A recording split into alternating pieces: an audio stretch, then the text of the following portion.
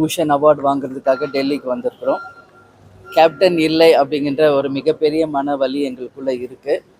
இருந்தாலும் மத்திய அரசால் தரக்கூடிய இந்த மிக உயர்ந்திய விருது வாங்கிறதுல ஒட்டுமொத்த தேசிய முற்போக்கு திராவிட கழகமும் பெருமை அடைகிறோம். இந்த அவார்டை நம்ம கூட இல்லைனாலும் கேப்டனுக்கு இந்த அவார்டை நாங்கள் நேரடியாக சமர்ப்பிக்க இருக்கிறோம்.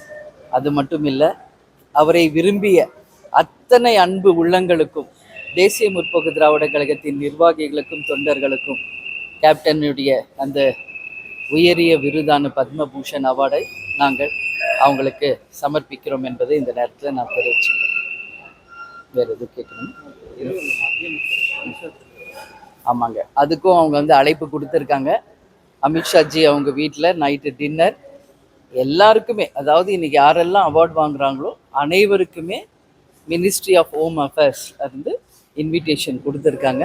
அந்த விருதுலேயும் அந்த விருது வாங்கிட்டு அந்த விருந்துலேயும் நாங்கள் 3 பேருமே கலந்துக்கிறோம்.